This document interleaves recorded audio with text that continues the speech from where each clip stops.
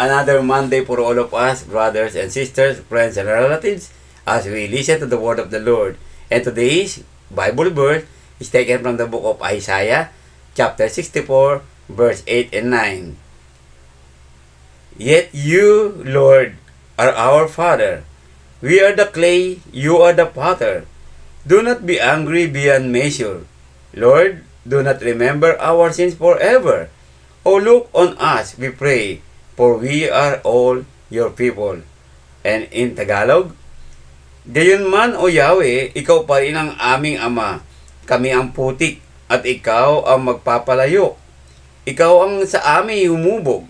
O Yahweh, huwag kang mapuot sa amin ng labis.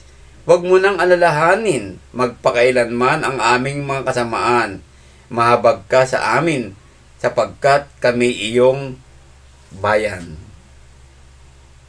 Here in the book of Isaiah, God told us that He is the potter and we are the clay. Let us allow God to mold us in accordance to His will. Let us just follow what God wants us to be. In this world, sometimes we created ourselves according to our own self. But if we want to have peace and if we want to be saved, allow God to be our molder. Allow God to be the one to mold us in accordance to what He wants us to be. Hayaan natin ang Panginoon Diyos na siyang humubog sa atin. Sapagkat kailanman ang Diyos hindi tayo hubugin sa ating kapahamakan. Dito pinakita sa atin, tayo ay makasalanan sa mundong ito dahil sa paghubog natin sa ating mga sarili. Tayo ang humuhubog sa ating mga sarili, kaya tayo nababaon sa kasalanan.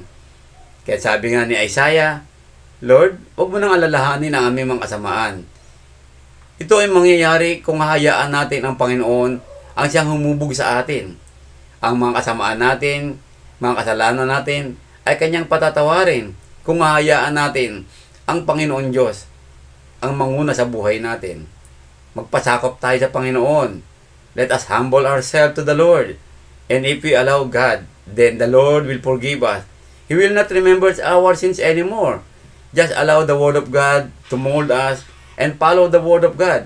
And God will forgive us in all the sins that we have done. Patatawarin tayo ng Panginoon Diyos.